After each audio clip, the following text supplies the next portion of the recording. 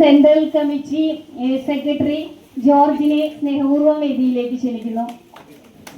Bouquet കൊടുക്കാൻ joint secretary ക്ഷണിക്കുന്നു.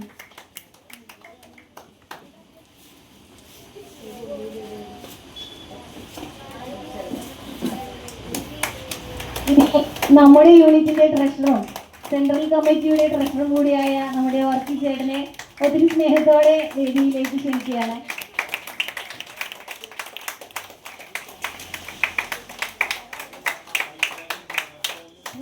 ട്രഷറർക്ക് secretary കൊടുത്തു.